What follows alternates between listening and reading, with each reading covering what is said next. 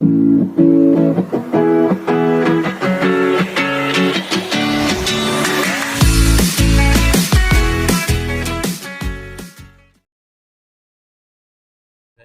है आप सभी का यूट्यूब चैनल विद्या ट्यूब में। हमारी जो क्लास चल रही है 12th क्लास की कंटेम्प्रेरी वर्ल्ड पॉलिटिक्स यानी कि समकालीन विश्व इतिहास की किताब चल रही है, ठीक है। उसी सीरीज चल रही है और चैप्टर नंबर 1 यानी एंड ऑफ बाइपोलैरिटी जो आपका सिलेबस का पहला चैप्टर है, ठीक है। आज लेक्चर नंबर 5 है और पार्ट नंबर 3 है, यानी जो एंड ऑफ बाइपोलैरिटी है इसी तीसरी क्लास है, ठीक है। और आज जो हमारा टॉपिक है वो टॉपिक है हमारा why did Soviet union disintegrate, यानी कि सोवियत यूनियन क्यों डिसइंटीग्रेट हुआ, ठीक है। मैंने अभी तक आपको जो पढ़ाया पहली दूसरी क्लास में, उसमें पहले में पढ़ाया आपको सोवियत यूनियन था क्या, ठीक है। What was the Soviet Union, Soviet system के बारे में क्या पढ़ाया, ठीक है। पूरा सोवियत सिस्टम पढ़ाया कि सोवियत सिस्टम क्या था, क्या उससे चैलेंजेस थे, क्या प्रॉपर्टीज थी, सारी चीज़ मैंने आपको बताया। उसके बाद सेकेंड क्लास में हमने बताया रोल ऑफ गॉर्बाचेव के बारे में बताया, ठीक है। गॉर्बाचेव के कैसे वहाँ पर रोल प्ले किया डिसइंटीग्रेशन में, ठीक है। डिसइंटीग्रेट क्यों हुआ, ठीक है। तो ये सारी चीज़ें हमने आपको बताया। इस क्लास में हम क्या करेंगे, why did Soviet union disintegrate, कि सोवियत यूनियन क्यों डिसइंटीग्रेट हुआ, इसको देखेंगे, ठीक है। तो नोट्स हम देखते हैं, ये हमारे नोट्स हैं, ठीक है। ये नोट्स आपको टेलीग्राम चैनल पर मिल जाएंगे। जब ये चैप्टर खत्म हो जाएगा तो आपको टेलीग्राम का लिंक दिया हुआ है, उसे ज्वाइन कर लीजिएगा और आपको वहाँ पर जो नोट्स होंगे उसको अपलोड कर दी जाएंगे, ठीक है। तो ये नोट्स आपको वहीं मिलेंगे। तो हेडिंग हमारी why did Soviet union disintegrate. अब देखो, ये जो सोवियत यूनियन डिसइंटीग्रेट हुआ, ये जो क्वेश्चन है ना हमारा, सोवियत यूनियन क्यों डिसइंटीग्रेट हुआ, इसकी डेप्थ को समझना बहुत ज़्यादा जरूरी है, ठीक है।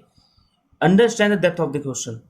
इसका आप, ठीक है, रीजन तो बताएंगे हम, ठीक है। क्वेश्चन आया है कि क्यों हुआ तो उसको तो हम बताएंगे, लेकिन इसकी डेप्थ को समझना बहुत ज़रूरी है। क्योंकि कई लोग क्या है, कई लोग मानते हैं कि मिखाइल गोर्बाचेव ने जो रिफॉर्म्स किए थे उसकी वजह से कहीं ना कहीं क्या हुआ, यूएसएसआर सोवियत यूनियन डिसइंटीग्रेट हुआ, ठीक है। लोगों का मानना ये है, कई लोग मानते हैं।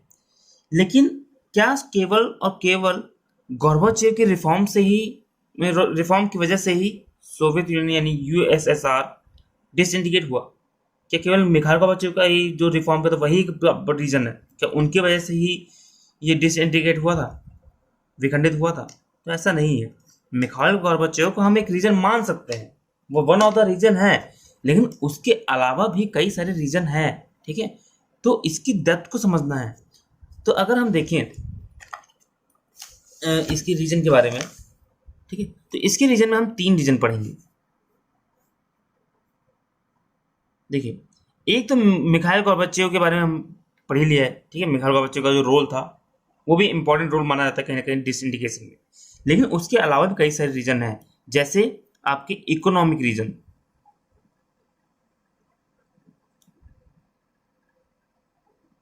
ठीक है, यानी कि आर्थिक कारण,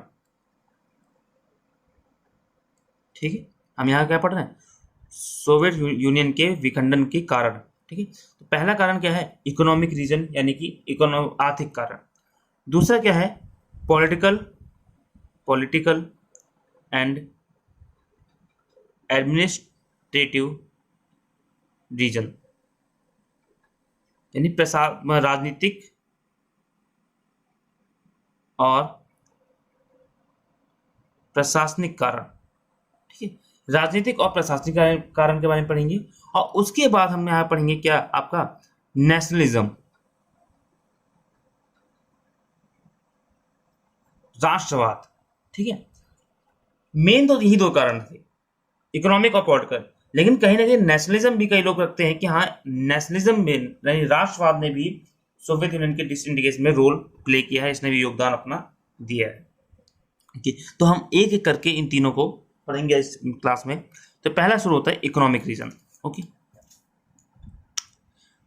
तो देखो, जो सोवियत यूनियन था उसे कोलैप्स होने के अपने कई सारे यूनिक फीचर्स हैं। While there are unique features of Soviet union collapse, there may be more general lesson to be drawn from this very important case, ठीक है। देखो, बहुत जो सोवियत यूनियन का कोलैप्स हुआ उसे कई सारे यूनिक फीचर हैं, लेकिन हम जो केस स्टडी करने जा रहे हैं, ठीक है, रीजन समझने जा रहे हैं, इसमें हम बहुत सारे जनरल लेसन को ड्रॉ कर सकते हैं। ओके, तो पहला पॉइंट क्या है, internal weakness of Soviet political economic institution. ठीक है, सोवियत यूनियन जो है वो क्यों टूटा, क्यों डिसइंटीग्रेट हुआ, क्योंकि कहीं ना कहीं उसके पॉलिटिकल सिस्टम और इकोनॉमिक सिस्टम में वीकनेस थी, दुर्बलताएं थी। ठीक है, कमजोर थे, उसका पॉलिटिकल सिस्टम भी कमजोर था, इतना अच्छा नहीं था, मजबूत नहीं था, और उसकी इकोनॉमी भी कमजोर हो गई थी। ठीक है, तो internal weakness of Soviet political and economics institution की वजह से कहीं ना कहीं क्या हुआ, सोवियत यूनियन डिसइंटीग्रेट हुआ। ठीक है, वहां का पॉलिटिकल सिस्टम कमजोर था, वहां की इकोनॉमी कमजोर थी, जिसकी वजह से क्या हुआ, जिसकी वजह से क्या हुआ, economy stagnation for many years. वहां पे क्या हुआ, बहुत सालों तक इकोनॉमी स्टैग्नेशन आ गई। ठीक है, इकोनॉमी मंदी में चली गई। ठीक है, बिल्कुल ठप हो गया, सारी इकोनॉमी बर्बाद होती चली गई थी कई सालों तक, which led to the server consumer shortage, and a large section of Soviet society began to doubt and question on the system and to do so openly। यानी कि क्या हुआ, ये जो सोवियत की पॉलिटिकल और इकोनॉमिक्स इंस्टीट्यूशन में जो कमियां थी, जो वीकनेस थी, इसकी वजह से क्या हुआ, वहां पे इकोनॉमी स्टैग्नेशन आई, यानी इकोनॉमी वहां पे मंदी में चली गई, इकोनॉमी खराब होती चली गई, जिसने क्या किया, कई सालों तक वहां पे कंज्यूमर शॉर्टेज ले आया। मतलब वहां पे जो खाने पीने की चीजें थी, रोटी कपड़ा, इन सब चीजों की भी कमी हो गई वहां पर। ठीक है, अभी इस पॉइंट को आपको आगे समझेंगे। ठीक है, कैसे कमी हो गई थी। तो अभी केवल इतना रखिए कि इकोनॉमी स्टैग्नेशन आ गई, जिसने क्या किया, कहीं ना कहीं कंज्यूमर शॉर्टेज को मतलब लीड किया, कंज्यूमर शॉर्टेज आ गई वहां पर।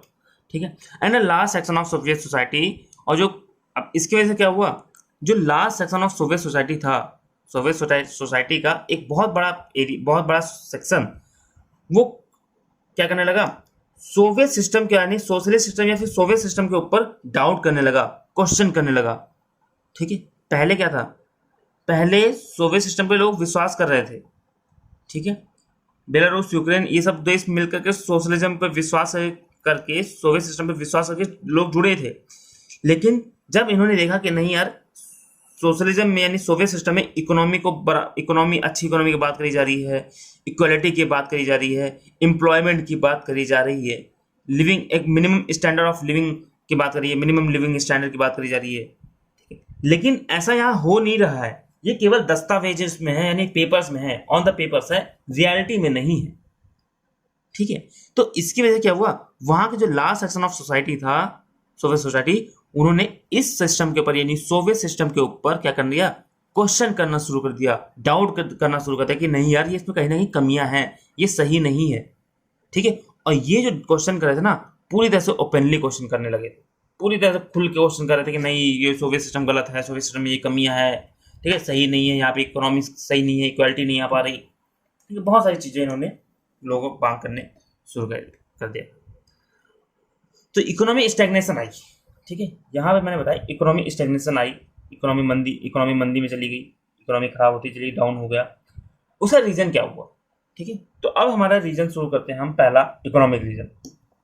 ये जो सिस्टम, ये जो चीजें हुई, इसका रीजन क्या था, पहला हम पढ़ेंगे क्या, इकोनॉमिक रीजन। देखो, मैंने यहाँ बताया आपको, वहां पे इकोनॉमिक स्टैग्नेशन आया for many years, lead to severe consumer shortage. ठीक है, यानी कि इकोनॉमी वहां पे डाउन हो गई, इकोनॉमी कमजोर हो गई, जिसकी वजह से कंज्यूमर गुड्स जो थे, जो रोजमर्रा की जो चीजें थी, डेली लाइफ की चीजें, वो महंगी हो गई, वो उनकी कमी हो गई वहां पर। ठीक है, क्यों हुआ, इसका रीजन क्या था, why did the Soviet system become so weak, क्यों सोवियत सिस्टम इतना कमजोर होता चला गया, and why did the economy stagnation, और वहां क्यों इकोनॉमी स्टैग्नेशन आई, इस चीज को समझना है। ठीक है, यहाँ पे क्या था, यही चीज तो मेन था, इकोनॉमी स्टैग्नेशन आई, जिसने क्या किया, कंज्यूमर शॉर्टेज ले आया, और वहां के लोग क्या करने लगे, क्वेश्चन और डाउट करने लगे। अच्छा, क्यों कर रहे थे कि इकोनॉमिक स्टैग्नेशन क्यों हुआ था, क्योंकि पॉलिटिकल सिस्टम और इकोनॉमिक सिस्टम वहां कमजोर था। तो क्यों कमजोर था, ऐसा क्या क्या रीजन थे जिसकी वजह से सोवियत सिस्टम कमजोर था। ठीक है, इतना कमजोर होता चला गया, वहां की इकोनॉमिक स्टैग्नेशन आ गई। ओके, तो ये क्वेश्चन समझ में आया होगा आपके, जो मैंने लिखा है, why did the Soviet system become so weak. ठीक है, सोवियत सिस्टम क्यों इतना कमजोर हो गया, and why did the economic stagnation, और वहां पे इकोनॉमिक स्टैग्नेशन क्यों आ गई, वहां पे इकोनॉमी मंदी, आर्थिक मंदी क्यों आई। ठीक है, अब इसको पढ़ते हैं। देखिए, Soviet union used its much of the resources in maintaining a nuclear nuclear weapons and military arsenals and the development of its satellite resources in Eastern Europe and within the Soviet system, especially East Central Asian Republic in, ठीक है, Republic. तो Soviet system ने क्या किया, अपने कई सारे resources, बहुत ज्यादा से ज्यादा रिसोर्सेज उसने क्या किया, मेंटेन करने में लगाया, किसको, न्यूक्लियर वेपन्स को। ठीक है, जो न्यूक्लियर वेपन्स थे उसको मेंटेन करने में, उसकी संख्या बढ़ाने में इन्होंने बहुत ज्यादा रिसोर्सेज अपने लगाए। ठीक है, इन्होंने मिलिट्री आर्सेनल, मिसाइल, तोप, लड़ाके, ठीक है, एयरक्राफ्ट, कई सारी चीजें बनाए, बहुत सारी चीजें बनाई, केवल किस लिए, मिलिट्री की चीजें। और ये किस लिए कर रहे थे, ताकि ये लोग पावरफुल बन सके। और जो सैटेलाइट रिसोर्सेज एरिया है, जैसे ईस्ट सेंट्रल एशियन रिपब्लिक यानी कि अफगानिस्तान, चेकोस्लोवाकिया, ये सारे रीजन जो है, इसमें ये लोग कंट्रोल कर पाए अपना। ठीक है, यहाँ पे रिसोर्सेज बहुत हैं, आपको सेंट्रल एशिया चले जाओ, ठीक है, ये अफगानिस्तान, चेकोस्लोवाकिया, इन सब जगह पर रिसोर्सेज, मिनरल्स बहुत हैं। तो इस जगह पर देखिए, इस जगह क्या हुआ, इस जगह कंट्रोल करना है, तो कंट्रोल करने के लिए क्या करना पड़ेगा, इनको आर्मी मजबूत करनी पड़ेगी, है ना, आर्मी मजबूत होनी चाहिए। और आर्मी मजबूत करने के लिए उन्होंने क्या किया, अपना ज्यादा से ज्यादा रिसोर्सेज, 90 to 95% रिसोर्सेज क्या किया इन्होंने, मिलिट्री, न्यूक्लियर वेपन्स में लगाना शुरू कर दिया। सोचो ये लोग क्या करते थे, अगर एक शब्द में बात करूं आसान भाषा में, तो ये लोग रोटी बेचकर हथियार बना रहे थे। ठीक है, रोटी बेचकर हथियार बनाते कि ये अपना गेहूं चावल जो भी हो रहा है इसको बेचो, और जो पैसा मिले उससे क्या करो, हथियार बनाओ। इंसान वहां लोग भूखे मर रहे हैं, मरने दो, कोई टेंशन नहीं है। खाना जरूरी नहीं है, लेकिन जो आर्म्स हैं, जो वेपन्स हैं, वो बहुत जरूरी हो गए। ठीक है, सोवियत यूनियन के लिए रेस चल रही थी, कोल्ड वॉर, आपको मैंने बताया था। अगर आपने वीडियो नहीं देखी तो इससे पहले वाली जो पहला चैप्टर मैंने पढ़ाया है कोल्ड वॉर, उसे देखिएगा। ठीक है, वहां पे आपको समझ में आएगा कि जो रसिया है, यानी यूएसएसआर, वो क्यों इतना आर्मी को मजबूत कर रहा है। ठीक है, वो कहीं ना कोल्ड वॉर की वजह से, क्योंकि रेस लगी थी यूएसए और रसिया के बीच। ठीक है, अब देखो मैं यूएसएसआर को कई बार रसिया बोल रहा हूँ, तो उसको माइंड मत करिएगा, वो तब के टाइम में रसिया ही था, सॉरी यूएसएसआर था, अब रसिया है। ठीक है, बस टूट के। तो रोटी बेच के हथियार बना रहे थे, और खाना भले ना हो, वहाँ पे आर्म जरूर होने चाहिए, यानी वेपन जरूर होना था। ठीक है, जरूरी थे वहाँ पर। इसका इम्पैक्ट क्या हुआ, ये जो रोटी बेच के हथियार बना रहे थे, इसका इम्पैक्ट क्या हुआ, यहाँ पर ह्यूज इकोनॉमिक बर्डन आ गया। ठीक है, बहुत ज़्यादा बर्डन आ गया इकोनॉमी का, इनकी इकोनॉमिक। ठीक है, बहुत ज़्यादा बर्डन बढ़ने लगा, इकोनॉमिक बर्डन बढ़ने लगा। और प्लस में क्या हुआ, इकोनॉमिक बर्डन तो बढ़ा ही बढ़ा, और देखो क्या हुआ, ordinary citizen became more knowledgeable about the economic advancement of the west। ठीक है, यानी जो ऑर्डिनरी सिटीजन थे सोवियत यूनियन के, यानी यूएसएसआर के, जो आम नागरिक थे, ऑर्डिनरी सिटीजन थे, उन्हें क्या मिला, उन्हें नॉलेज मिली। क्या नॉलेज मिली, कि जो वेस्ट कंट्रीज हैं, चाहे फ्रांस है, यूके हो गया, जर्मनी हो गया, यूएसए हो गया, कनाडा हो गया, ठीक है, जो वेस्टर्न कंट्रीज हैं वो इनसे ज़्यादा डेवलप हैं, उनकी इकोनॉमी इनसे ज़्यादा अच्छी है, वहाँ भुखमरी या लाचारी नहीं है, वहाँ गरीबी नहीं है, सभी लोग अच्छी लाइफ जी रहे हैं। इस चीज़ के बारे में क्या पता चला, यहाँ के सोवियत यूनियन के ऑर्डिनरी लोगों के बारे में, और ऑर्डिनरी लोगों को पता चला, यानी कि आम नागरिकों को पता चला। ओके, दरअसल क्या था, जो सोवियत यूनियन था, यानी कि जो सरकार थी, कम्युनिस्ट पार्टी ऑफ यूएसएसआर, उसने एक प्रोपोगंडा फैला रखा था पूरे यूएसएसआर में, कि यूएसएसआर वेस्टर्न कंट्री से ज़्यादा डेवलप है, हमारी इकोनॉमी ज़्यादा अच्छी है, वेस्टर्न कंट्रीज की बेकार है। ठीक है, यूएसए, फ्रांस, कनाडा, ये सब की इकोनॉमी बेकार है, यहाँ पे गरीबी है, भुखमरी है, सब कुछ है। ठीक है, तो लोगों को पहले वो सब चीज़ें पता थे, लोग इतना ज़्यादा प्रोटेस्ट नहीं करते। लेकिन जब धीरे धीरे लोग क्या हुए, लोगों ने वहाँ के बारे में जानना शुरू किया, ठीक है, कि नहीं यार, ये जो सरकार कह रही है गलत है, हमारे वहाँ पर हमारी इकोनॉमी सबसे नंबर 1 नहीं है, बल्कि यूएसए और वेस्टर्न कंट्रीज की इकोनॉमी क्या है, सबसे अच्छी है, वहाँ इकोनॉमिक एडवांसमेंट है। ठीक है, तो जब इसके बारे में नॉलेज मिली ना, तो कहीं ना कहीं वहाँ पे क्या हुआ, और ज़्यादा प्रोटेस्ट होने शुरू हो गए। ठीक है, तो पहला तो इकोनॉमिक ह्यूज बर्डन आया ही आया, साथ में जो ऑर्डिनरी सिटीजन्स को नॉलेज मिल गई economic advancement of the west के बारे में, इसकी वजह से क्या यहाँ कहीं क्या हुआ, डिसइंटीग्रेट हुआ। ठीक है, they could see the disparities between the system and the system of the west. अब जब इनको नॉलेज मिली कि हाँ यार, वेस्टर्न कंट्रीज में इकोनॉमी बहुत अच्छी है, वहाँ की इकोनॉमिक एडवांसमेंट है वहाँ पर, तो अब कहीं ना कहीं ये कर सकते थे, ये लोग देख सकते थे, दे कुड सी, ये देख सकते थे the disparities between their system and the system of west, यानी जो वेस्टर्न सिस्टम है और जो सोवियत सिस्टम है, यानी सोवियत सिस्टम और वेस्टर्न सिस्टम, इन दोनों के बीच में जो डिस्पैरिटीज हैं, जो अंतर हैं, उन अंतर को ये लोग क्या कर सकते थे, अब देख सकते थे। ठीक है, क्योंकि अब लोगों को फ्रीडम मिल रही है, धीरे धीरे रिफॉर्म्स हो रहे हैं, फ्रीडम मिल रही है, तो लोग समझ रहे हैं चीजों को, लोग एक देश से दूसरे देश में जा रहे हैं, ठीक है, समझ रहे हैं चीजों को, हाँ यार ये लोग गलत बता रहे हैं, हमारी इकोनॉमी नंबर 1 नहीं है, नंबर 1 कौन है, वेस्टर्न कंट्रीज है, वहां पर ज्यादा क्या क्या कहते हैं, ज्यादा इकोनॉमी डेवलप है वहां पर, ठीक है, वहां के लोग ज्यादा खुश हैं। ठीक है, तो they could see the disparities between their system and the system of west. Okay, third point क्या है, after years of being told that Soviet system was better than Western capitalism, the reality of its backwardness came as the political and psychological shock। ये चीज बताइए आपको कि कई सालों तक, after years of being told, कई सालों तक जैसा कि उनसे कहा गया कि सोवियत सिस्टम बहुत अच्छा है, भैया सोवियत सिस्टम से अच्छा कुछ नहीं है। ठीक है, जो सोवियत सरकार थी उन्होंने अपने लोगों को बताया कि गुरुजी सोवियत सिस्टम से अच्छा कोई कुछ नहीं है, हम सबसे अच्छे हैं।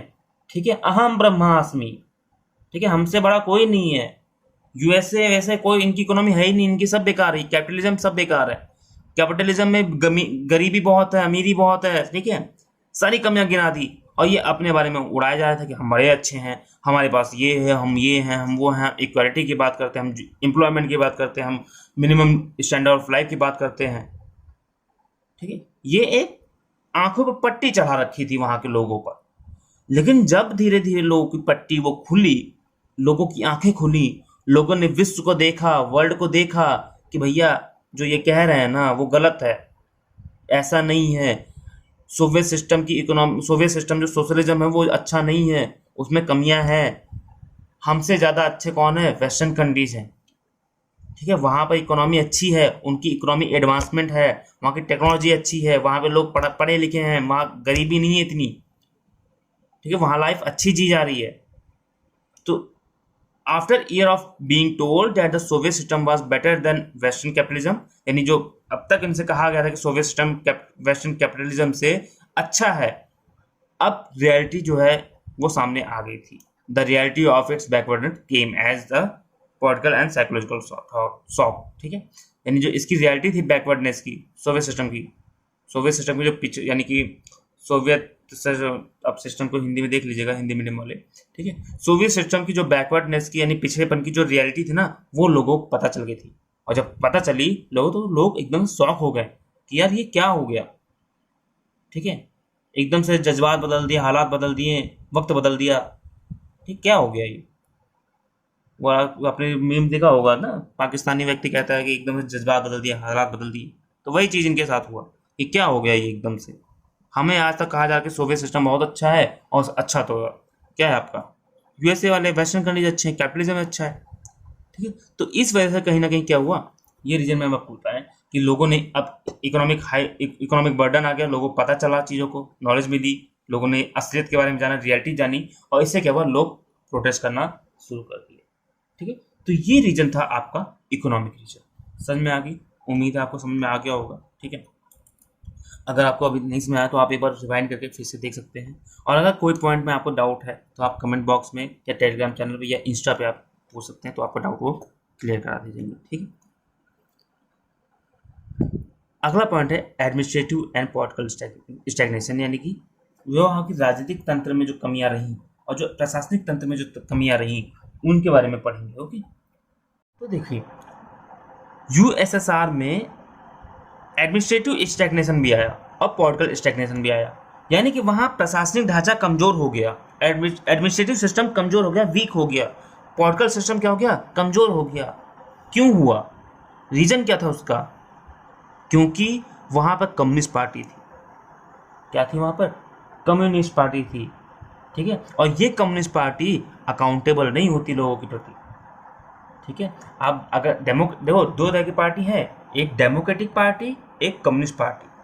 यूएसए वेस्टर्न कंट्रीज में क्या है, डेमोक्रेटिक पार्टी है, जैसे हमारे इंडिया में क्या है, डेमोक्रेटिक पार्टी है, लोकतांत्रिक पार्टी है। ठीक है, हमारे वहाँ जो सरकार है, जो गवर्नमेंट है, डेमोक्रेटिक पार्टी। ठीक है, वो क्या करती है, उससे हम जनता, आम जनता क्वेश्चन कर सकती है, पूछ सकती है कि भैया ये क्यों किया या ऐसा क्यों किया, ये कब करोगे, ठीक है। और वो पार्टी यानी हमारी जो सरकार है, डेमोक्रेटिक गवर्नमेंट, हमें क्या देती है, आंसर देती है उस चीज़ का। कल को हम मोदी से कोई क्वेश्चन करते हैं कि मोदी जी ऐसा क्यों कर दिया, मणिपुर में इतना आतंक फैल रखा है, इतना दिक्कत हो रही है, आप इस पर क्यों चुप्पी बांधे हुए हो, ठीक, कोई कुछ नहीं बोल रहे आप, ठीक है। देखिए, नो डाउट अच्छी बात है, आप फॉरेन पॉलिसी अपना रहे हैं, ठीक है। अब थोड़ा सा चैप्टर से मैं भटक रहा हूँ, थोड़ा सा देखिएगा। मोदी जी ठीक है, माना इसमें जो हमारी इंडियन गवर्नमेंट है, वो प्राइम मिनिस्टर, हमारे honourable prime minister Modi ji western सब देशों घूम रहे हैं, ठीक है, हमारी फॉरेन पॉलिसी मजबूत हुई, बहुत अच्छी बात है। लेकिन हमारे देश का एक पार्ट जो वेस्टर्न मणिपुर है, और मणिपुर अपने आप में बहुत इंपॉर्टेंट रीजन है, ठीक है। अगर नॉर्थ वेस्टर्न पार्ट में अगर आपका लड़ाई दंगे होते हैं या फिर वहाँ पे अशांति फैलती है, तो कहीं ना कहीं चांसेस होता है कि चाइना उसके ऊपर अपना इन्फ्लुएंस कर सकता है, ठीक है। म्यांमार के लोग उस पर अपना इन्फ्लुएंस कर सकते हैं। तो वहाँ पर के लोगों को हमें शांत रखना पड़ेगा। और इसमें क्या है, इतनी सारी चीज़ें हो गई हैं। अभी एक न्यूज़ आई है कि वहाँ पर क्या हुआ, दो औरतों को, दो लेडीज गर्ल्स को न्यूड करके क्या किया था, उनको रोड पे पूरा परेड कराई गई और उनके प्राइवेट पार्ट छेड़खानी करके रेप किया गया।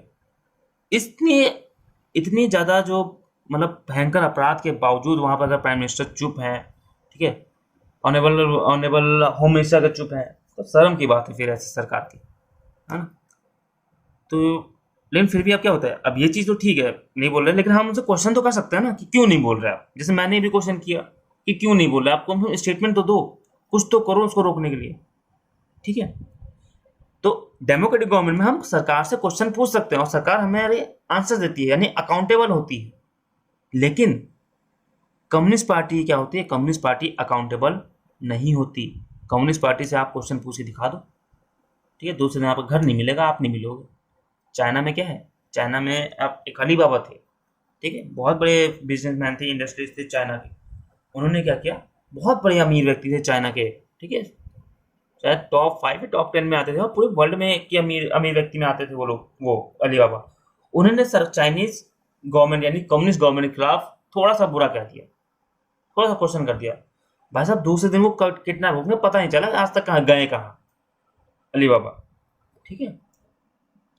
तो जो इतना बड़ा व्यक्ति अगर गायब कर दिया जाए कम्युनिस्ट पार्टी के सिस्टम में, तो हम आपकी तो क्या ही औकात है, हमें तो कोई जानता भी नहीं, ठीक है, हमें तो हमारे घर वाले बगल में कोई नहीं जानता, क्यों, है ना। तो वहाँ पर सोचो कम्युनिस्ट पार्टी में क्या ही सिस्टम होता है, आप खुद सोच सकते हैं। तो कम्युनिस्ट पार्टी अकाउंटेबल नहीं होती, जिसकी जो किया है एक बहुत बड़ी कमी है जो सोवियत यूनियन की, ठीक है। जब आपकी सरकार अकाउंटेबल होती है ना, तो कहीं ना कहीं आप सरकार को पसंद करते हैं, क्यों, क्योंकि वो सरकार आपके अकाउंटेबल है, वो सरकार आपको सुन रही है, आप उसे सुन रहे हो, वो सरकार आपके हिसाब से चलाई जा रही है, ठीक है। इसे डेमोक्रेटिक को गवर्नमेंट कहते हैं, to the people by the people for the people, okay. तो नेक्स्ट पॉइंट क्या है इसका, ordinary people were alienated by slow and stifling administration, ठीक है। या गाइस थोड़ा सा ये वर्ड देख लेना, एक बार अपनी बुक में देख लीजिए, आप वहाँ बुक में लिखा होगा, बुक से नोट मैंने बनाया ढूंढ के, ठीक है। ये मैंने पता नहीं क्या लिखा है, लोगों को खुद समझ नहीं आ रहा, बहुत जल्दी में लिखा था, ठीक है, अभी मैं मतलब बता दूंगा, ठीक है। और पीपल ओरिएंटेड, ठीक है, administrative रैम्पंट corruption in the inability of the system to correct mistakes it had made, ठीक है। Ordinary people were alienated by the slow and stiffing administration, rampant corruption and inability of the system to correct mistake it had made, ठीक है।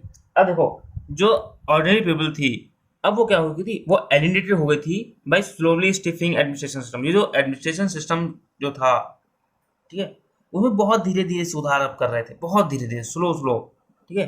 और वहाँ पे corruption बहुत ज़्यादा हो रहा था, ठीक है। और जो सिस्टम की जो इनएबिलिटी थी, कौन सी इनएबिलिटी, कि अगर आप कोई मिस्टेक करते हो तो उस मिस्टेक को सुधारने की, देखो सरकारें कोई भी हो, ठीक है, चाहे डेमोक्रेटिक गवर्नमेंट हो चाहे कम्युनिस्ट गवर्नमेंट, गलतियाँ सारी सरकारें करती हैं, ठीक है। कोई भी गवर्नमेंट परफेक्ट नहीं होती 100%। लेकिन मेन चीज़ क्या होती है, आपकी सरकार से अगर कोई गलती हुई है, मेन होता है उस गलती को सुधारना, ठीक है। उस गलती को एक्सेप्ट करो कि हाँ ये हमसे गलती हुई है, हम इसको सुधारते हैं। आप गलती भी कर रहे हो और सुधार भी नहीं रहे, ठीक है, ध्यान भी नहीं दे रहे, तो ये क्या है, ये तो गलत हो गया ना। तो अब इसके खिलाफ वहाँ के लोग क्या हो रहे थे, प्रोटेस्ट करना शुरू कर दिए थे। ठीक है, the unwillingness to allow more openness in government, क्या था वहाँ पर, जो सरकार थी, सरकार देखो कम्युनिस्ट गवर्नमेंट है, यानी कम्युनिस्ट गवर्नमेंट क्या है, जो आम जनता है वो ज़्यादा आ नहीं सकती है यहाँ पर। ठीक है, डेमोक्रेटिक गवर्नमेंट में कोई भी व्यक्ति अपनी पार्टी बना सकता है, कोई भी व्यक्ति इलेक्शन लड़ सकता है, कोई भी व्यक्ति प्रधानमंत्री बन सकता है। ठीक है, कोई भी व्यक्ति अपनी पार्टी बना, कांग्रेस, बीजेपी, सपा, बसपा, इतनी सारी पार्टियां हैं। ठीक है, बहुत सारी पार्टियां हैं, आप नाम नहीं याद कर पाएंगे, छोटी बड़ी मिला करके। लेकिन वहाँ क्या है, एक सिंगल पार्टी, कम्युनिस्ट पार्टी, उसके अलावा कोई पार्टी नहीं है। तो यहाँ कहीं ना क्या है, जो सरकार में ओपननेस नहीं है, यानी लोगों के लिए, लोग अलाउ ही नहीं किया जाएगा वो सरकार में जा पाए। ठीक, कुछ लोग ही जो मेन लोग हैं वही अपना सरकार चला रहे हैं, लोगों की कोई भागीदारी नहीं, ये भी एक कमी थी। The centralisation of authority in the vast land, एक कमी, दूसरी कमी क्या थी, the centralisation of authority in the vast land, ये जो बड़ा सा पूरा एरिया था, बहुत बड़ा एरिया जो था, इस पूरे एरिया पर जो अथॉरिटी थी, जो क्या कहते हैं अथॉरिटी को हिंदी में आप क्या कहेंगे, देख लीजिएगा अथॉरिटी को हिंदी में। ठीक है, अब इंग्लिश पढ़ाते पढ़ाते इतनी आदत होगी कि हिंदी के वर्ड ही अब नहीं याद आते, है ना। तो इंग्लिश मीडियम पढ़ाता हूँ ज़्यादातर, तो हिंदी के वर्ड यहाँ नहीं आते इतनी जल्दी, तो उसके बाद देख लीजिएगा अथॉरिटी का हिंदी आप। तो जो वास्ट लैंड था, जो इतना बड़ा एरिया था, उसके पर जो अथॉरिटी थी वो सेंट्रलाइज हो गई थी, यानी केंद्रीकृत हो गई थी। ठीक है, सेंट्रलाइज मतलब केंद्रीकृत, तो यानी सेंटर में एक इतना बड़ा एरिया है। ठीक है, ये पूरा एरिया है, इसका केवल एक पार्टी है, सेंटर में केवल एक पार्टी, और ये एक सिंगल पार्टी और उसका एक सिंगल हेड, वो पूरे पूरे के इतने बड़े एरिया को संभाल रहा है। वो जो चाहेगा वही होगा, उसके अलावा कुछ नहीं होगा भाई, क्योंकि आम आदमी की तो जगह ही नहीं है यहाँ पर, ओपन ही नहीं है। ठीक है, तो सेंट्रलाइजेशन हुआ कि नहीं हुआ यहाँ पर, आई बस में। तो centralisation of authority in the vast land, ये भी कहीं ना कहीं कमी थी, सो विद इन की पॉलिटिकल वीकनेस थी। दे पार्टी ब्यूरोक्रेट्स जो gain more privilege then ordinary citizen. ठीक है, अब देखो क्या हुआ, यहाँ के जो पार्टी के जो ब्यूरोक्रेट्स थे, यानी नौकरशाह लोग थे, जो ऑफिसर्स थे पार्टी के, ठीक है, तो जो भी सरकार होती है ना, जो भी देश होता है, देश दो लोग मिलकर चलाते हैं, एक आपकी सरकार, ठीक है, जो आपके लीडर होते हैं पॉलिटिकल लीडर्स, और एक होते हैं आपके कौन, ब्यूरोक्रेट्स, यानी नौकरशाह। ठीक है, ब्यूरोक्रेट्स हमारे इंडिया में IAS IPS होते हैं, ऑफिसर्स होते हैं, ये परमानेंट होते हैं, यही एक्चुअल में देश तो यही चलाते हैं। ठीक है, तो पार्टी जो ब्यूरोक्रेट्स थे यानी नौकरशाह थे, gain more privileges then ordinary citizen, उनको आम नागरिकों के तुलना में बहुत ज़्यादा प्रिविलेज मिली हुई थी। ठीक है, बहुत ज़्यादा उनको बड़ी बड़ी सुविधाएं मिली हुई थी। ठीक है, बहुत ज़्यादा शक्तियाँ मिली हुई थी आम नागरिक के तुलना में। ठीक है, बहुत अच्छी लाइफ जी रहे थे ये लोग, बहुत ज़्यादा प्रिविलेज थे, इनके घर थे, बड़ी गाड़ियाँ थी, हर एक चीज़ थी। ठीक है, लग्जरियस लाइफ जी रहे थे। People did not identify with the system, और ये लोग करप्शन भी करने लगे थे। ठीक है, बहुत ज़्यादा करप्शन करते थे लोग। People did not identify with the system and with the rulers and the government increasingly last popular backing. ठीक है, तो ये बकवास लाइन है, सोचूंगी आप इतना अगर अंदर घुसने लगेंगे तो हो चुका काम। मैं आपको मेन चीज़ें बता रहा हूँ जो आपको मेन याद करना है। ठीक है, तो देखिए मैंने आपको अभी तक क्या बताया, एक बार रिवाइज कर लेते हैं पॉलिटिकल में। पहला, कम्युनिस्ट पार्टी थी, अकाउंटेबल नहीं थी। ठीक है, ऑर्डिनरी पीपल जो वहाँ पे एडमिनिस्ट्रेशन था, स्लो एडमिनिस्ट्रेशन था। ठीक है, रामपथ करप्शन था, या फिर जो मिस्टेक को सुधारने की जो सिस्टम की जो इनएबिलिटी थी, उसके खिलाफ लोग प्रोटेस्ट करने लगे थे। ठीक है, सरकार आम नागरिकों के लिए ओपन नहीं थी। ठीक है, कोई भी आम नागरिक अब सरकार में आ नहीं सकता, केवल एक ही पार्टी थी, लोग अपनी पार्टी अलग नहीं बना सकते थे, डेमोक्रेसी नहीं थी। वास्ट लैंड पर अथॉरिटी, जो वास्ट लैंड थी, जो इतना बड़ा एरिया था, उसे पूरी सेंट्रलाइज अथॉरिटी थी।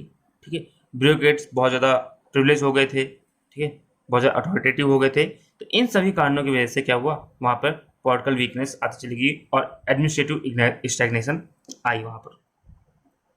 ठीक है, Gorbachev reforms promise to deal with this social and economic problems. अब देखो, गॉर्बाचेव ने जब आए, ये सारी प्रॉब्लम चल रही थी, ये गॉर्बाचेव के आने से पहले ही चल रही थी। ठीक है, तो गॉर्बाचेव जब आए, उन्होंने इस चीज को देखा, तो उन्होंने प्रॉमिस किया कि हम क्या करेंगे, हम प्रॉमिस किया कि to deal with the social and economic problems, हम क्या करेंगे, ये जो सामाजिक और आर्थिक प्रॉब्लम्स हैं, राजनीतिक प्रॉब्लम्स हैं, ठीक है, इनसे डील करेंगे, इन समस्याओं को हम सॉल्व करेंगे। ये प्रॉमिस किया किसने, गॉर्बाचेव ने, ठीक है। और उन्होंने क्या किया, इसीलिए कहीं ना कहीं उन्होंने कई सारे रिफॉर्म्स किए। Then why the Soviet union collapse in the spite of Gorbachev accurate diagnosis of the problems and his attempt to important reforms, ठीक है। अब इसको समझेंगे। तो उन्होंने क्या किया, रिफॉर्म्स किए, और रिफॉर्म्स करने के बाद क्या हुआ, कहीं ना कहीं वहाँ पर जो यूएसएसआर है वो डिसइंटीग्रेट हो गया, ठीक है। अब देखो यहाँ पर समझने वाली बात क्या है, गॉर्बाचेव जब बने, वहां पर आए लीडर बन के, ठीक है, तो उन्होंने जो प्रॉब्लम थी उसको डायग्नोसिस उसका तो अच्छा किया, ठीक है, उसका डायग्नोसिस बहुत अच्छा किया, उसको एनालाइज बहुत अच्छा किया, हाँ ये प्रॉब्लम है, उसको सॉल्व करना है, कहीं ना कहीं स्टेप भी अपनाए अच्छे, ठीक है। लोग जो मांग रहे थे वो चीजें दी, लेकिन उसके बावजूद क्या हुआ, आपका जो सोवियत यूनियन है वो डिसइंटीग्रेट हो गया। तो क्यों हुआ, वही देखना है। देन व्हाई द सोवियत, अब देखो गॉर्बाचेव रिफॉर्म्स प्रॉमिस, गॉर्बाचेव की जो रिफॉर्म्स थे उन्होंने प्रॉमिस किया to deal with the social and economic problems, यानी हम जो उनके रिफॉर्म थे उस रिफॉर्म से क्या करेंगे, हम सोशल और इकोनॉमिक प्रॉब्लम को सॉल्व करेंगे। लेकिन फिर भी देन व्हाई, क्यों the Soviet union collapse, Soviet union फिर भी क्यों कोलैप्स हो गया, क्यों टूट गया, in spite of Gorbachev accurate diagnosis, ठीक है, गॉर्बाचेव के एक्यूरेट डायग्नोसिस करने के बाद भी इन प्रॉब्लम्स की, ये प्रॉब्लम थे सोशल और इकोनॉमिक प्रॉब्लम, इन प्रॉब्लम्स की सही तरीके से डायग्नोसिस, एक्यूरेट डायग्नोसिस करने के बाद भी सोवियत यूनियन क्यों कोलैप्स कर गया, and his attempt to important reforms, ठीक है। Here the answer become controversial. अब यहाँ पे इसका जो आंसर है ना, इस क्वेश्चन का आंसर कि गॉर्बाचेव ने बहुत अच्छा, ठीक है, प्रॉब्लम समझी, उसका डायग्नोसिस बहुत अच्छा किया, एनालाइज बहुत अच्छा किया, रिफॉर्म्स किया, लेकिन फिर भी सोवियत यूनियन क्या होगा, डिसइंटीग्रेट हुआ। तो क्यों हुआ, इसका आंसर बहुत ज़्यादा कंट्रोवर्शियल है, ठीक है। तो ये जो रिफॉर्म्स इन्होंने किए, इस रिफॉर्म इंट्रोड्यूस बाय गॉर्बाचेव, ये जो रिफॉर्म्स किए, इस रिफॉर्म्स पर गॉर्बाचेव ने जो सुधार किए थे, रिफॉर्म्स किए थे, उसके बाद दो व्यू आते हैं, ठीक है, दो व्यूज आते हैं। पहला व्यू क्या है, पहला तरीका का व्यू, रिफॉर्म से सेटिस्फाइड नहीं थे, ठीक है। कई लोग बोलते हैं कि ये जो रिफॉर्म्स किए गॉर्बाचेव ने, हम इससे सेटिस्फाइड नहीं। क्यों नहीं है, उनका मानना है कि रिफॉर्म जो है फास्ट नहीं, बहुत तेज नहीं है, अच्छे नहीं है, और लोग क्या होंगे, डिसअपॉइंट हुए, ठीक है। देख क्वेश्चन समझना, इस क्वेश्चन को समझना। क्वेश्चन क्या है, मिखाइल गॉर्बाचेव ने प्रॉब्लम को डायग्नोसिस अच्छा किया, एक्यूरेट किया कि हाँ ये प्रॉब्लम्स है, हमें इसे सुधारना पड़ेगा, ठीक है। इन प्रॉब्लम को सुधारने के लिए उन्होंने रिफॉर्म्स किए, रिफॉर्म्स करने के बाद, अब रिफॉर्म कर दिए, सुधार किया, तो चीज़ें बन जानी चाहिए ना, चीज़ें सही हो जानी चाहिए, वहाँ पे दिक्कतें नहीं होनी चाहिए, ठीक है। अगर मान लीजिए कोई आप एक मिट्टी का बर्तन बना रहे हैं, ठीक है, एक मिट्टी का बर्तन बना रहे हैं, चाक पर एक कुम्हार बना रहा है, उसमें कहीं से कुछ दिक्कत हो गई, ठीक है, कहीं से थोड़ा सा टेढ़ा या कहीं से कुछ मुड़ गया हल्का सा, तो वो क्या करेगा, पानी लगा के, मिट्टी लगा के उसको सही कर देगा, थोड़ा सा रिफॉर्म करेगा, उसमें सुधार करेगा, ठीक है, या किसी दूसरे तरह का बर्तन का उसको रूप देगा। अब उसने दोबारा बर्तन का उसको सही तो किया, रिफॉर्म किया, उसके बावजूद वो टूट गया, तो क्या हुआ, कहीं ना कहीं कुछ रिफॉर्म में कमी रही होगी, ठीक है, जो उसने मिट्टी लगाई है, फिर जो भी तरीका अपनाया उसमें कमी रही होगी। वही चीज क्या है कि गॉर्बाचेव ने जो रिफॉर्म्स किया उसके बावजूद ये टूटा, तो क्यों टूटा, तो उसके ऊपर दो व्यू हैं। पहला व्यू कहते हैं कि जो रिफॉर्म्स थे, ये जो रिफॉर्म्स किए इन्होंने, गॉर्बाचेव ने, हम इससे सेटिस्फाइड नहीं। क्यों नहीं है, क्योंकि भैया ये जो रिफॉर्म्स हैं ये बहुत ज़्यादा फास्ट नहीं है, जिस हिसाब से, जिस तेजी से इनको होना चाहिए था उस तेजी से नहीं है, ये अच्छे रिफॉर्म नहीं है, ठीक है। हम मांग रहे हैं इतना सारा, दे रहे हैं इतना सारा, इतना सा चाहिए, ठीक है। हम मांग रहे 10 मोमोज, दे रहे हैं 1 मोमोज, तो कहाँ से काम चलेगा, हमें अलग करो, ठीक है। इसी में अगला पॉइंट क्या है, they did not benefit in the way that they had hope and they benefited to society, ठीक है। अगला पॉइंट उन्होंने क्या कहा, इनके जो रिफॉर्म्स है ना, जो थोड़े बहुत रिफॉर्म भी किए हैं, पहले बात तो ये स्लो थे, ज़्यादा अच्छे नहीं थे, ज़्यादा फास्ट नहीं थे। दूसरा, जिस आशा से ये रिफॉर्म करे गए थे, जिस सोच के साथ ये रिफॉर्म्स करे गए थे कि हाँ ये रिफॉर्म हम करेंगे तो इस सोसाइटी को फायदा होगा, सोसाइटी में चीज़ें सही होंगी, वो आशाएं पूरी खत्म हो गई, वो आशाएं पूरी ही नहीं हुई, वो सपना पूरा ही नहीं हुआ। वो कहते हैं उस जिस वे में इसको रिफॉर्म किया गया था वो वे में, उस वे में उसने सोसाइटी को बेनिफिट दिया ही नहीं, और इस वजह से कहीं ना कहीं क्या हुआ, सोवियत यूनियन डिसइंटीग्रेट हो गया। बस में और आगे बढ़ते हैं दूसरा व्यू। दूसरे टाइप का व्यू लोग क्या कहते हैं, member of communist party and there who were served by the system took exactly the opposite view. जो कम्युनिस्ट पार्टी के जो मेंबर थे, ठीक है, जो कम्युनिस्ट पार्टी के जो बाकी मेंबर थे और वो लोग जिन्होंने इस सिस्टम में सर्विस दी थी, उनका इससे बिल्कुल अपोजिट व्यू था, ठीक है, took exactly opposite view. The member of communist party and those who were served by the system took exactly opposite view. उनका बिल्कुल इससे क्या था, अपोजिट व्यू था। दे फेल्ट, उन्हें महसूस किया दैट देयर पावर, इनकी जो पावर है, and the privilege were eroding and Gorbachev was moving too quickly, ठीक है। इनका मानना था कि जो गोर्बाचेव है ये बहुत ज़्यादा जल्दी जल्दी क्या कर रहे हैं, रिफॉर्म्स कर रहे हैं, और इस रिफॉर्म की वजह से इनके जो पावर है, कम्युनिस्ट पार्टी के लीडर की पावर, कम्युनिस्ट पार्टी के जो कम्युनिस्ट पार्टी है उसके पावर धीरे धीरे क्या हो रही है, इरोडेड हो रही है, यानी कम हो रही है, ठीक है। और बहुत गोर्बाचेव बहुत तेजी से मूव कर रहे हैं, और इतनी तेजी से मूव करना क्या होगा, दिक्कत हो जाएगी, ठीक है। जैसे कश्मीर का आप एग्जांपल लो, अब कश्मीर में क्या हुआ था, धारा 370 हटाई गई।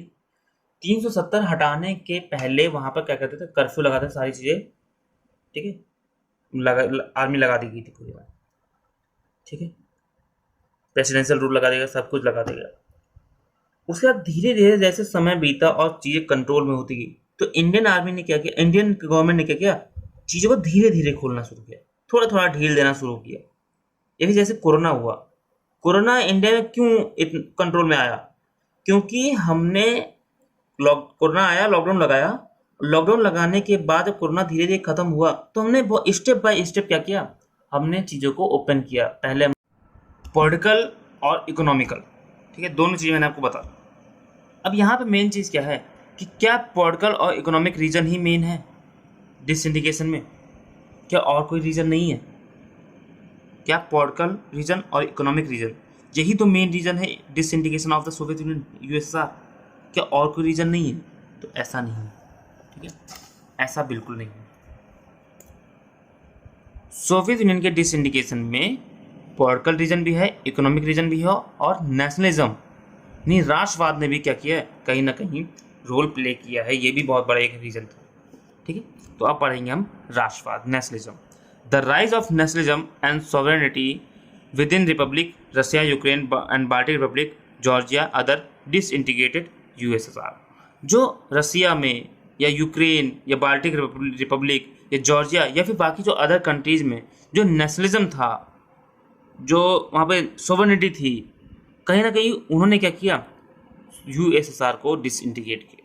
भाई रसिया जो पार्ट था, यूएसएसआर क्या था, कई सारे देशों से मिलकर बना था, ये मान लीजिए कई सारे देश हैं, एक देश, दो, तीन, चार, ठीक है, ये रसिया है, ठीक है, ये रसिया है।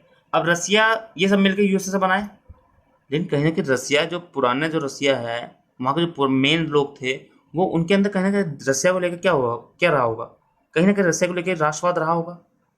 यूक्रेन है, यूक्रेन कहीं ना कहीं अपने यूक्रेन को लेकर उनके जनता जो थी वो, उनके में यूक्रेन को लेकर कहीं ना कहीं राष्ट्रवाद रहा होगा, ठीक है। जॉर्जिया, जॉर्जिया में राष्ट्रवाद रहा होगा वहाँ के लोगों के प्रति, लोगों में। अदर बाल्टिक कंट्रीज, वहाँ के लोगों में राष्ट्रवाद रहा होगा, ठीक है। इनका कल्चर अलग अलग था, कुछ चीज़ें कल्चर अलग था, तो कहीं ना कहीं इन देशों में क्या था, राष्ट्रवाद था, पहले से ही था, ठीक है। इस राष्ट्रवाद की वजह से, नेशनलिज्म की वजह से क्या हुआ, सोवियत यूनियन डिसइंटीग्रेट हो गया, ठीक है।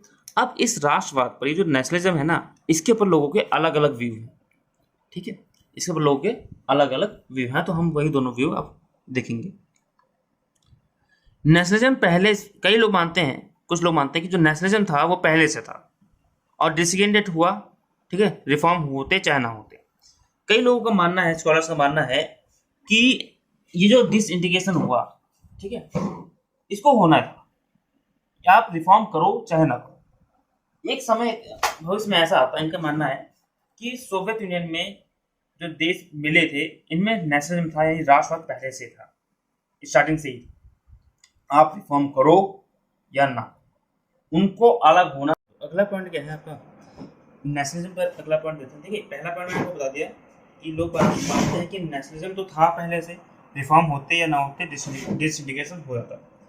अगले लोग मानते हैं, कई लोग, कि नेशनलिज्म को हम कंट्रोल कर सकते थे, बट ये रिफॉर्म्स ने कहीं ना कहीं क्या किया, चिंगारी को आग दी और डिसइंटीग्रेशन हुआ। उनका मानना था कि नेशनलिज्म एक चिंगारी थी और उसको हम कंट्रोल कर सकते थे। ठीक है, माना, हाँ ठीक है, नेशनलिज्म था, वो चिंगारी थी, उसको हम कंट्रोल कर सकते थे। लेकिन मिखाइल गोर्बाचेव ने जो रिफॉर्म कर दिया ना, उस रिफॉर्म ने क्या किया, उसके ऊपर उसमें पेट्रोल काम किया, घी का काम किया, और क्या हुआ, वो चिंगारी आग बन गई और डिसइंटीग्रेशन हो गया। ठीक है, तो कई लोग इसको ऐसा मानते हैं। अब इससे सबसे इम्पोर्टेंट, सबसे नोट करने वाला पॉइंट क्या है, ड्यूरिंग कोल्ड वॉर, जब कोल्ड वॉर चल रहा था और ये सारी चीज़ें चल रही थी, तो कई लोगों को लगता था, many countries thought, central Asian part में, जो सेंट्रल एशिया का पार्ट है, ठीक है, जो ककटू देश हैं, अब आप कमेंट में बताइए ककटू देश कौन से हैं, उसका नाम बताइएगा। तो सेंट्रल एशियन पार्ट में ज़्यादा नेशनलिस्ट इंटरेस्ट होगा। ठीक है, लोगों का मानना था कि जो ककटू देश हैं सेंट्रल एशिया के, वहाँ पर नेशनलिस्ट इंटरेस्ट ज़्यादा होगा। क्यों? क्योंकि वहाँ पर रिलीजन अलग है, वहाँ की आपका जो एथनिक है वो डिफरेंट है। ठीक है, वहाँ पे एथनिक डिफरेंस है, रिलीजियस डिफरेंसेस है। ठीक है, लेकिन सबसे बड़ा सरप्राइज लोगों को मिला, और सरप्राइज क्या था,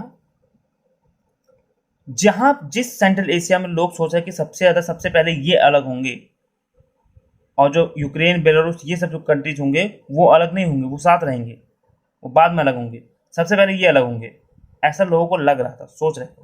लेकिन हुआ इसका उल्टा। ये सेंट्रल एशियन कंट्री थी, इन्हें मंजूर ही नहीं था कि सोवियत यूनियन टूटे। ठीक है, ये बिल्कुल चाहते ही नहीं थे कि सोवियत यूनियन से अलग होना, चाहते ही नहीं थे, ये अगेंस्ट थे उसके। ठीक है, आया समझ? तो बिल्कुल एक्सपेक्टेशन जो था उससे बिल्कुल अगेंस्ट निकल के आया। ठीक है, तो इस तरह क्या हुआ, आपका जो सोवियत यूनियन है वो डिसइंटीग्रेट हुआ, और सबसे पहले रशिया खुद, बेलारूस और यूक्रेन, ये 3 रिपब्लिक सोवियत यूनियन से क्या हुई, बाहर हो गई। उसके बाद धीरे धीरे क्या हो गया, बाकी सारी कंट्री भी क्या हो गई, बाहर हो गई, और इस तरह से क्या हुआ, सोवियत यूनियन डिसइंटीग्रेट हुआ। ठीक है, तो इस क्लास में हमने पढ़ा व्हाई डिड सोवियत यूनियन, ठीक है, what are the reasons behind the disintegration of Soviet Union. Soviet Union के टूटने के पीछे कारण क्या है, तो पॉलिटिकल भी पढ़ लिया हमने, इकोनॉमिक भी पढ़ लिया, और नेशनलिज्म भी पढ़ लिया। और इससे पहले हमने जो क्लास में पढ़ा था वो मिखाइल गोर्बाचेव का रोल पढ़ा था। तो कई बार क्वेश्चन पूछा था कि क्या मिखाइल गोर्बाचेव का जो रिफॉर्म थे उसकी वजह से सोवियत यूनियन टूटा, डिसइंटीग्रेट हुआ। ठीक है, तो ऐसा नहीं है, हाँ कहीं ना कहीं रोल प्ले किया है, लेकिन उसके साथ में बाकी भी कई सारे रीजन है, पॉलिटिकल रीजन है, इकोनॉमिक रीजन है, नेशनलिज्म है। ठीक है, और सब अलग अलग लोगों के मैंने व्यू बताए। तो इस तरह से टॉपिक आपको खत्म हुआ। ठीक है, उम्मीद है आपको क्लास अच्छी लगी होगी। अगर आपको क्लास अच्छी लगी है, ठीक है, तो आप इसे शेयर करें, लाइक करें, कमेंट करें, और बताएं कि आपको कैसी लग रही है क्लास। सपोर्ट करें हमें, ताकि हम ऐसी और भी वीडियो आपके लिए बनाते रहें। चैनल सब्सक्राइब करें, बेल आइकन प्रेस करें, ताकि हमारी जो नोटिफिकेशन है वो आप तक पहुँचती रहे। तो मिलते हैं अगली और क्लास में, तब तक के लिए गुड बाय, सी यू।